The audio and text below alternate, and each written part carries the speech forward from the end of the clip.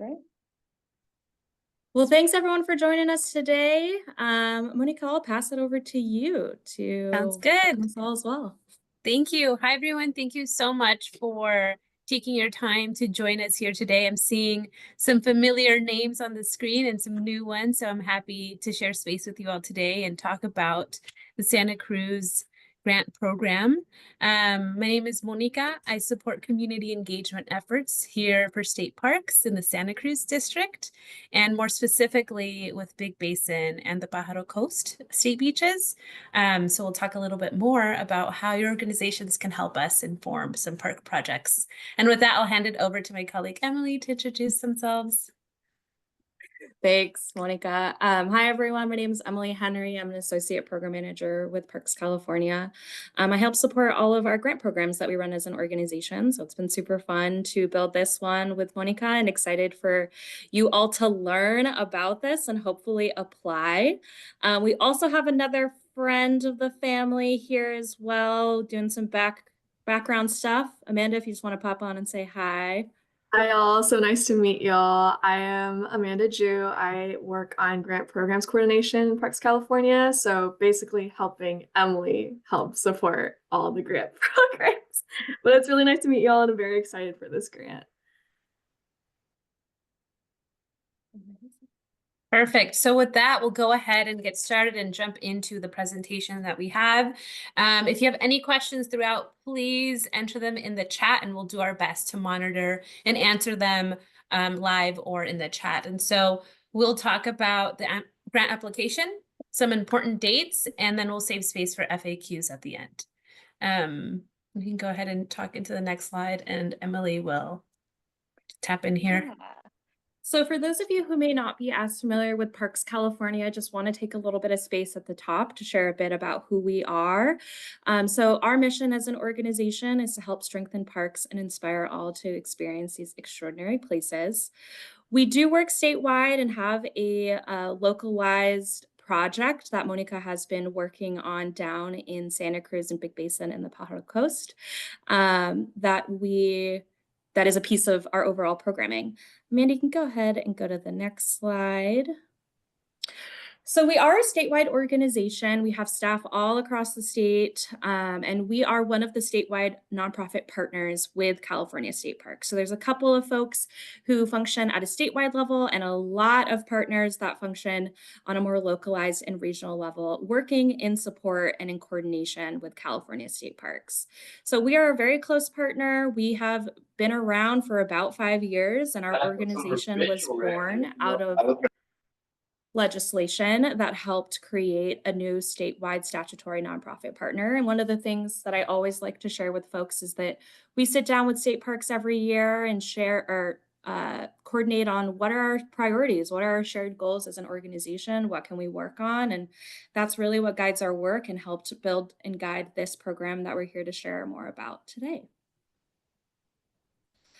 And then as a statewide organization, this is kind of what we think about our unique position and ability to do as a nonprofit.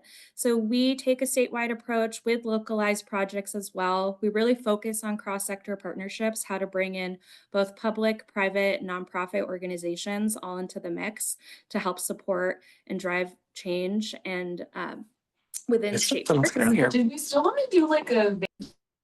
We also work specifically looking to integrate parks into communities, something that is really key within this grant program we're here to talk about. And we look to accelerate innovation and investments across the state, across state park units, and help create and illuminate local success stories. Great, and I'll pass it back to Monica.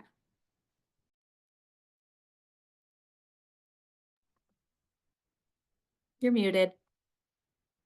Happens. Thank you so much. Happens every time. So let's take a look at the grant program specifically, and we'll talk about the goal. This is really important to address because that's the reason why we're here. We want to hear from you all. We want to bring communities to Santa Cruz State Beaches to inform our park planning efforts. And so it's really important for us to include a diverse range of voices, of experiences, perspectives, that'll inform the park planning process, because we don't typically have underrepresented communities represented in these efforts. And so this is important when we're considering the development of Big Basin, the development of Sea Cliff State Beach with the fires and the storm damages. And so that's why in the form of focus groups or presentations or surveys, different ways to implement a conversation with a state park partner and myself to have these conversations when you come out and visit these state beaches. So let's go ahead and take a look at the criteria. And then that way we can talk a little bit more about the next steps. So we want to make sure that your organization is gathering your participants to engage in inclusive park planning conversations with us. It typically will last about an hour, and you're free to enjoy your visit, enjoying the beach, hosting a special event. It's all up to you, and we'll talk about the different examples that previous grantees have hosted. We also want to make sure that you're offering your group a valuable recreational, environmental, cultural, or historical learning experience at these specific locations. And so this grant funding is limited to Sea Cliff State Beach, New Brighton State Beach, Manresa State Beach, and or the Rancho del Oso unit for Big Basin Redwood State Park. You can decide if you want to, again, use or visit one of these parks or multiple visits. And we want to make sure that you're reaching underrepresented communities, again, that haven't really participated in park planning, and this would be their chance to participate. Groups that may face challenges enjoying to parks, whether it's distance or transportation and things of that nature, to create these meaningful connections. So that's a general about, and I'll just kind of pause and make sure I'm monitoring the chat as well, but we can transition over to the next slide. So preference will be given to programs that include activities that inform, again, the parks listed here in the slide, provide multiple meaningful opportunities. So we're looking for multiple visits of engagement, as well as an opportunity that strengthens the collaboration and partnership between state park partners. And so this may be an opportunity for you to leverage interpretive programming, which is park staff that hosts activities for your groups, and it's friendly to all ages, and we can have another conversation when you join us in our office hours to see whether or not it's a good fit for you. So we can go on to the next slide here. So this is what we mean by choose your own adventure. As you can see, previous grantees have been able to leverage overnight experiences. They've been able to bring out other organizations during their visit and do tabling events. And we're just doing resource sharing. We've had senior hikes. We've had elementary aged youth come out and do a guided hike, and they have a bingo card of just collecting nature sites. And then throughout their day visit, we schedule a time to come out and join your group and have this conversation. Again, there's a mini presentation, and as you can see at the top right corner there, and we bring up our pop-ups, and we kind of talk about what are some access and barriers when visiting our state parks. All of this is then synthesized and captured and reported back to our park superintendents, and we begin to develop a plan to make sure we're addressing these concerns. So that's a little bit of some insight from before. And so here we have a list of qualifying applicants. We have our nonprofit organizations, Native American tribes, fiscally sponsored community orgs, and as well as government agencies. And so this is a timeline that we're working with. Right now, applications are open, but we're looking for project periods during the June through September timeframe. So looking at that peak summer season. And all applications will be due March 5th at 5 p.m. with an anticipated grant amount of up to $8,000. And then to answer some questions live right now, yes, a copy of the presentation will be sent out to all those that have registered for today's call. Okay, so let's talk about the application. You will be creating an online account, and you can find the QR code here, but also it's linked in our website. And you will be required to connect with myself during an office hours call. This is so that we can review your intended programming and address any logistical concerns, as certain state parks have, you know, certain capacity. And again, just being mindful of peak summer season, and also your type of programming and when we can coordinate our 1 hour visit with you all to talk about park planning. Um, there is an overnight experiences section that, if you're interested, which we hope that you are, please select your first choice and your second choice. Because camping reservations do fill up 6 months in advance, we have already reserved them for you. And so we do have some options for you for all but one state park, because Seacliff doesn't offer camping. So take a look at that. And if you're not interested in camping, that's okay. You can skip over that. And so that's just one important thing to note for that section. Perfect. And so as mentioned previously, we do want to enforce partnership between state parks. And so when meeting with staff, just be sure to be prepared to share your program goals, the parameters, and your outcomes. And so know before you go, definitely take a look at park websites to see what activities, what facilities are being offered, and just being mindful of any accommodations that your group may require. And if there are any accommodations, to let us know during this check-in point so that we can plan accordingly, right? We just want to make sure everyone's feeling welcomed. And to be flexible, things are fluid, right? And so how can we adjust as needed? And so that's all for me right now. Awesome. So I'll be doing a preview of our grant application. Like Monica said, all of our application is online. It does require you to create an account to submit an application, but what we do really love about that is if we make any changes or clarifications to the application once it's live before it closes, we know who's thinking about applying and who's working on an application. So we know how to contact you. So even if you are just still thinking about it, exploring it, I very much recommend that you just start an application in the system just so that we do know who's interested and we can reach out to you if there's anything that changes on our end. We did make this grant application pretty short. And so I'm going to just go over high level what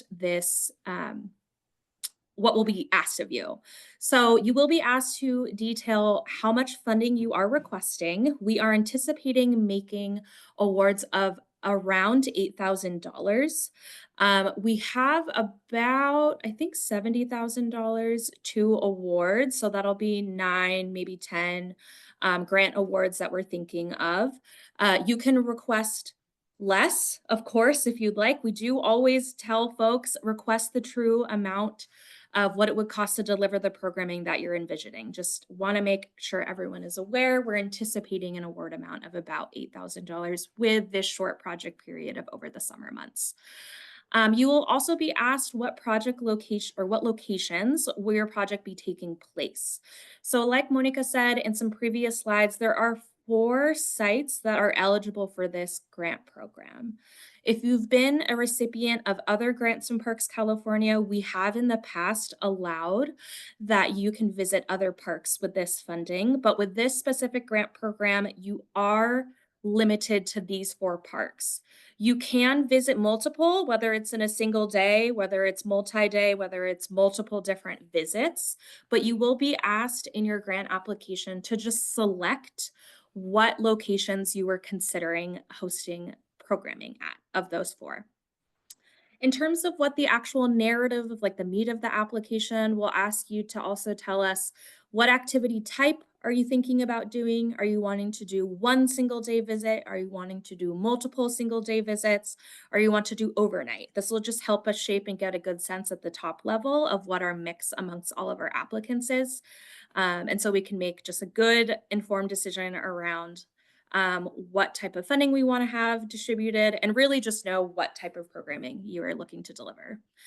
You'll then be asked to provide an overview of the activities that you're looking to hold.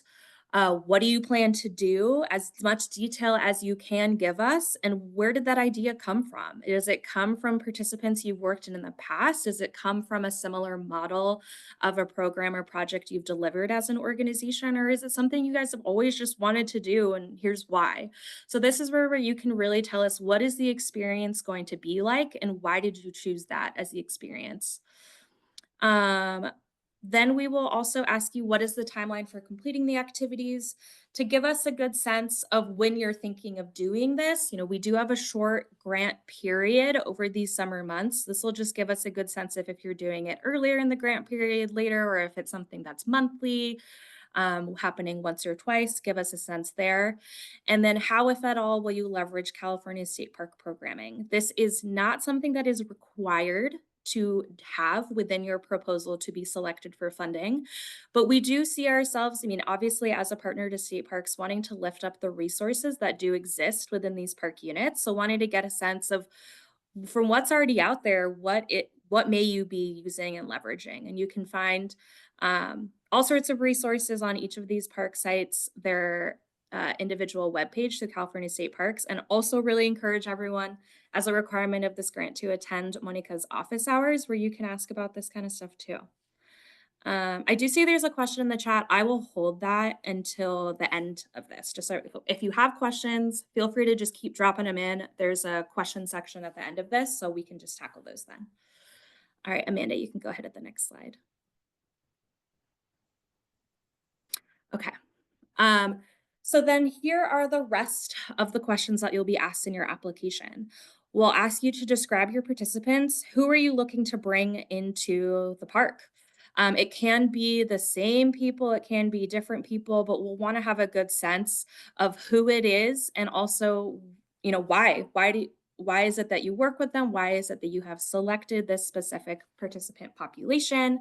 Really give us a sense of kind of what's the missing link, what's the access barrier, and how, why this population was selected for your focus. We also want to get a high level sense, just the number of unduplicated participants. So how many people across everything you're looking to propose, whether it's multiple visits or just one, how many people will you be bringing into the parks through this program?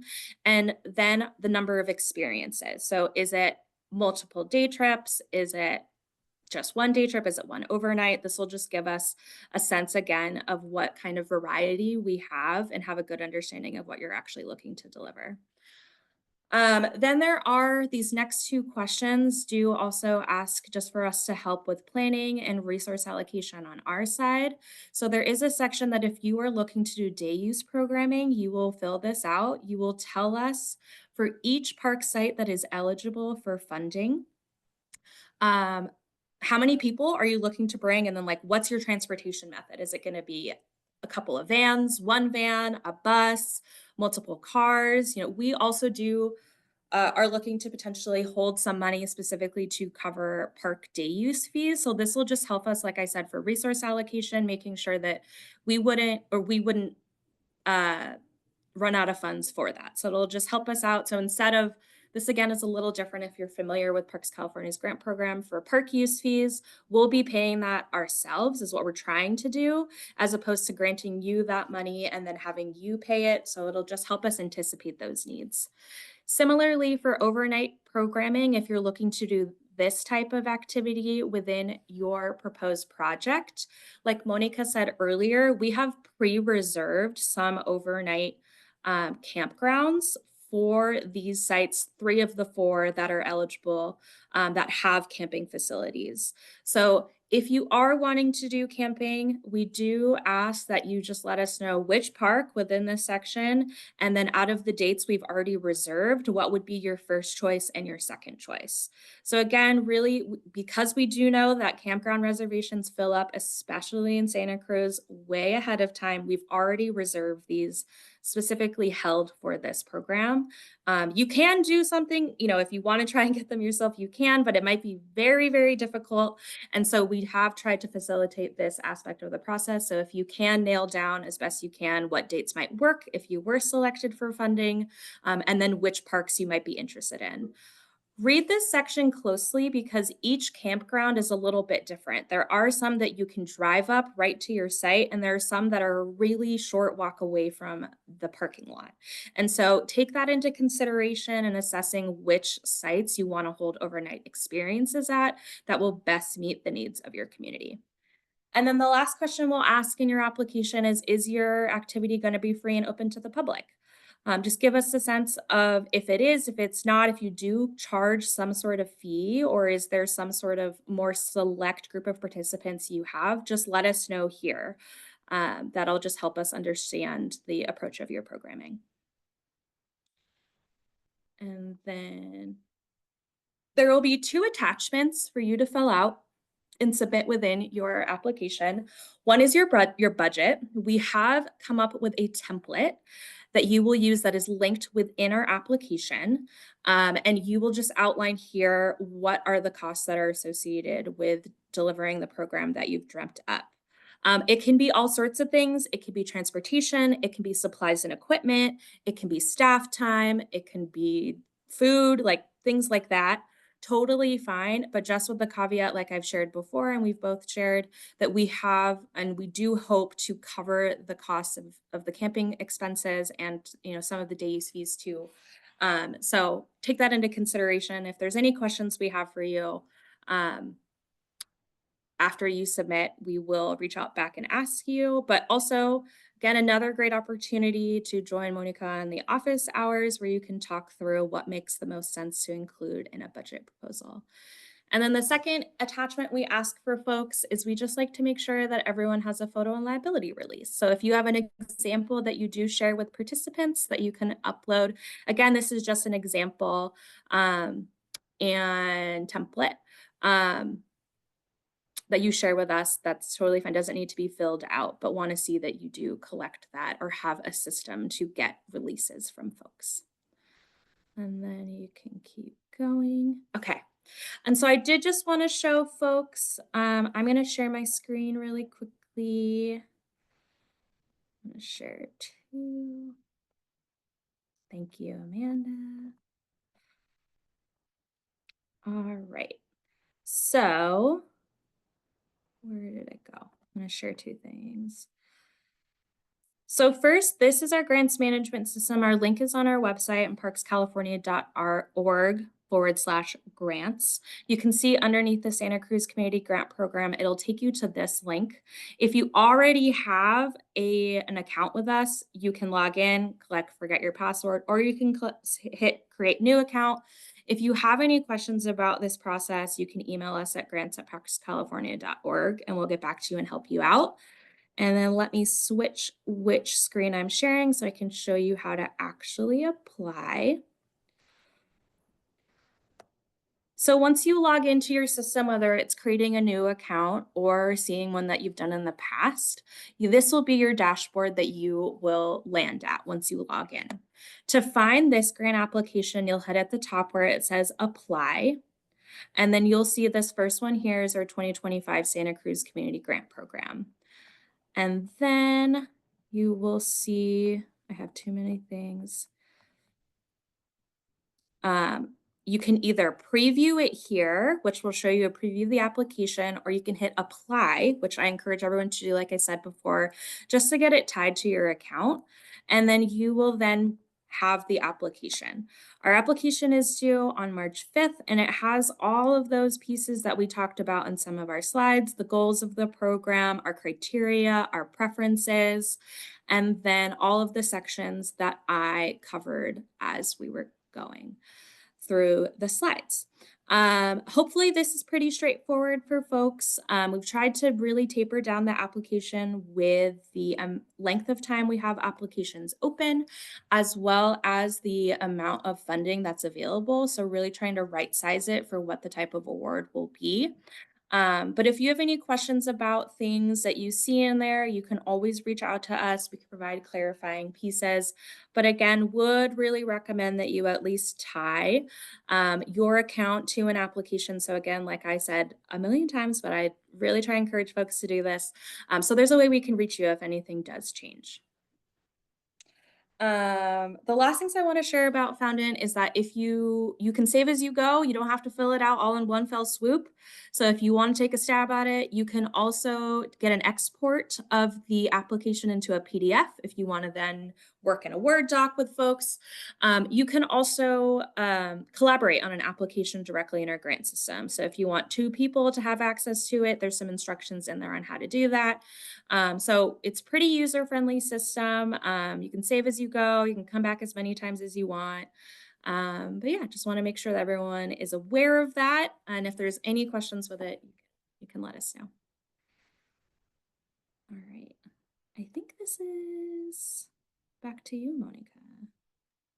Okay, perfect.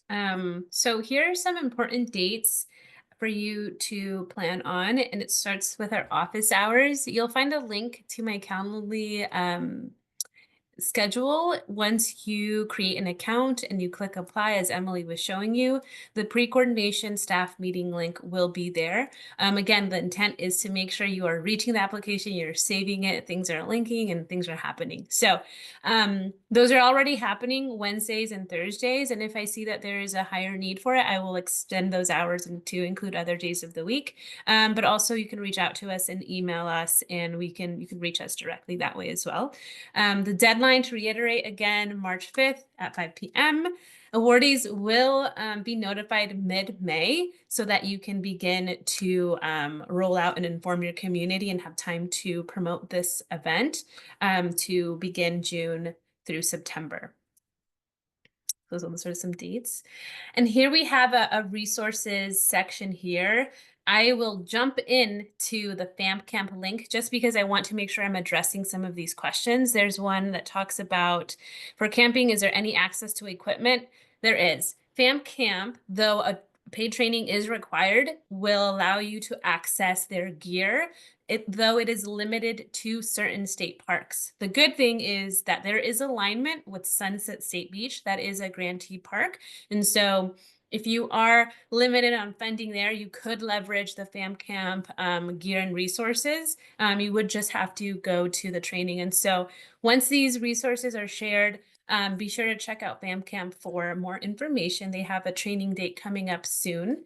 And then I'm jumping in also to more questions here. If you have 2 different populations that cannot engage in the same program, can we submit more than one application? We are encouraging folks to submit 1 application per organization. So help us understand in your grant proposal, what are these 2 groups? And then that way, during our office hours meeting, we could then better understand your approach. And so yes, that is okay to include 2 different programming events in your proposal. Okay, another question we have, does the experience need to be action community-based activity? Like, for example, a park cleanup.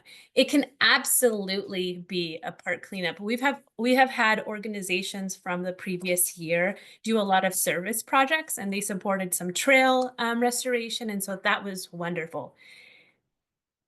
That does not have to be the case for your organization. For a lot of the people that are visiting us, they are experiencing camping for the first time. And so there's a lot of healing that is happening. And it is okay to, again, explore your own adventure in whatever that looks like for your community. What I want to see specifically is intention behind your programming. You know your community, you know who you're serving the most. And so help me understand during your office hours what that means to you. So thank you, Lorenzo, for that question. Is there a max number of overnight campers? Yes. Each campsite location will have a maximum. And so that is all listed in the grant application, and you'll be able to see the type of camp style. If it's a walk-in or car parking will be right there. And the max number of people per location. And so let me take a look at these other questions here. FAM Camp link. Oh, perfect. Thank you, Emily. And then, yes, Sunset State Beach is one of the available locations. And I'll also save space for anybody that would like to unmute at this time. And we have a question from Jan. Hi, my name is Jan Victor, the development director at Legacy LA and Ontongva Territories in so-called Los Angeles. I wanted to ask, since there's a portion, right, that we'll do with you Yes. That's 1 hour. Do you run those, or will we need to get an interpreter if we plan to do, since we have youth and also adult members that are monolingual Spanish speakers? And so, Mm-hmm. should we factor that into our grants, or particularly for that presentation piece, will it be bilingual because we serve bilingual populations? Thank you, Jen. I love that question. Good news is that I am bilingual in English and Spanish, and I have translated our materials in Awesome. both languages. So I can be that person for you. That way you don't have to include a Spanish interpreter in your grant funding. So great question. Love the heart emoji. Other questions? Excellent. Let me just monitor the chat here one more time. Monica, can you hear me? Yes. Yes. I have a question. Did I understand correctly that transportation is funded differently, or is it within the same grant? Funding for transportation can absolutely be used from this grant. So you don't have, so definitely include it if that's what you wanted to. Yes.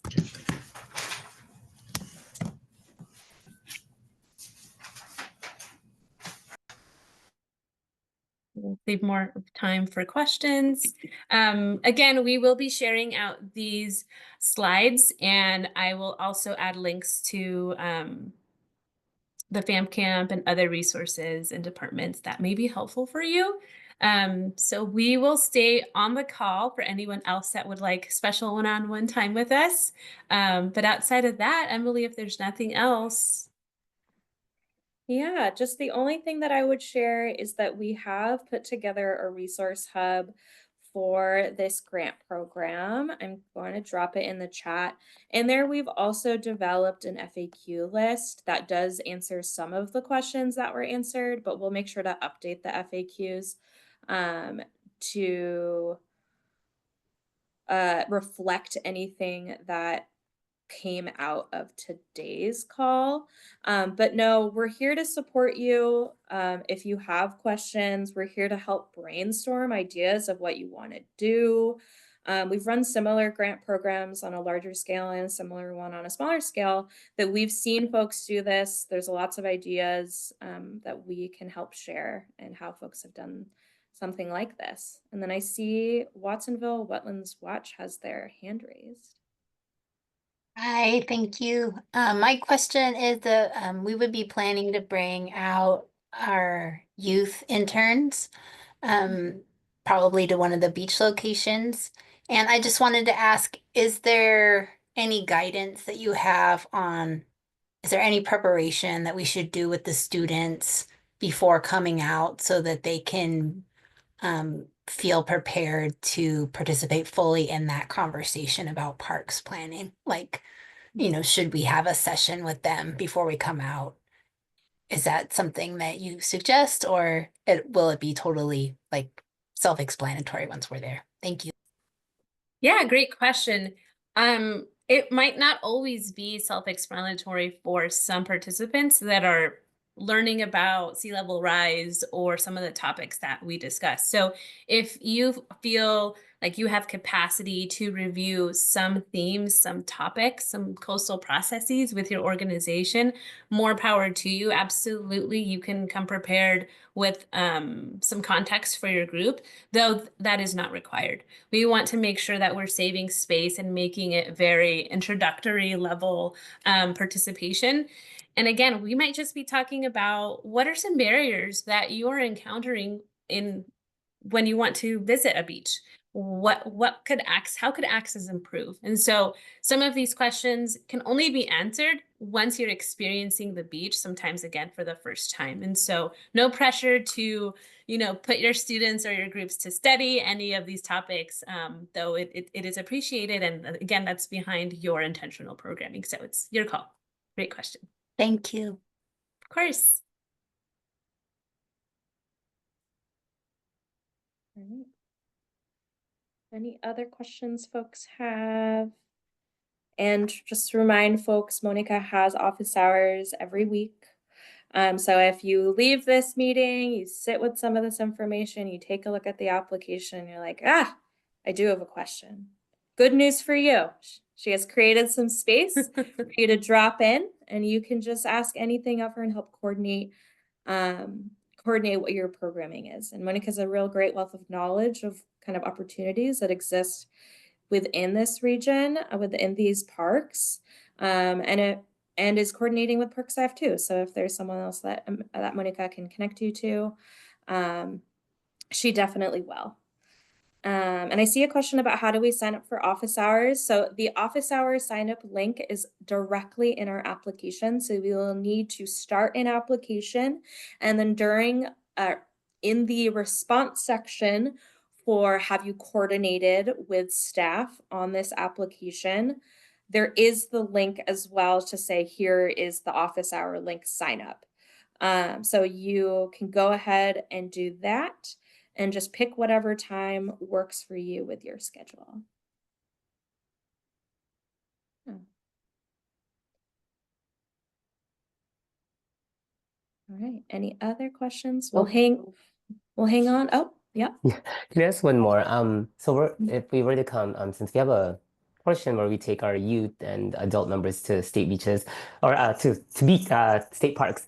And so I know you talked about transportation. Is it are there different ways? And I haven't looked at the application because I just found out about this 12 hours ago. So I'm doing all the research for my staff so I can No help them. worries. But we have like our own vans. So it's like is that like a way we can factor it into that budget template? Because you know, it's cheaper for like we already have a van, so we just need the mileage to get up there and back. And then I know I think we have two. I'm also new, so I'm like I think we have two vans. So like is that and that would save us more funds, right, to do activities and get Yeah. foods and resources. So is that is that something that Monica you'd be able to help us in calculating? I don't know how many miles each of these beaches might be. And so, and then obviously to make sure that it captures enough, because I've traveled and that you thought you needed $100 in gas and you really needed like 200. And so, yeah, I just wanted to ask that specific question because that was coming up in my mind when I heard transportation. Yeah, absolutely. Mileage is absolutely a covered expense for this grant program. And we can coordinate during the office hours to see what parks you're interested so that we can make those calculations. Yeah. Perfect. Amazing. And just building off that, you know, if you don't have your own vans, you can rent a van, you can rent some type of vehicles. We've seen people do or approach transportation and similar grant funded projects, whether they help facilitate ride share for folks, whether they provide gas reimbursement to individuals driving their own personal vehicles or gas cards, things like that.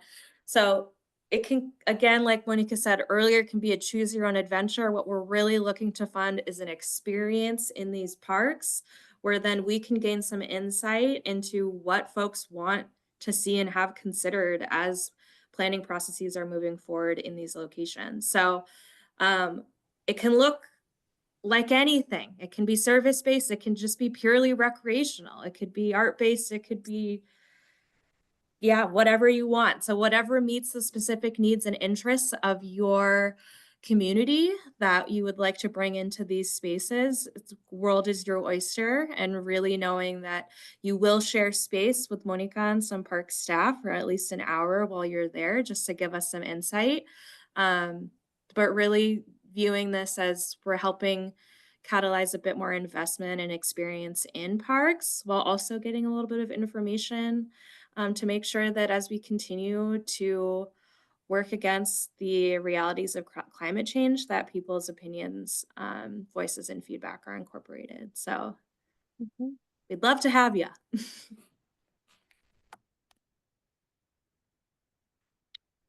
Thank you, everyone. All right. I will. Many thanks. Thank you. Thank you. Thank you.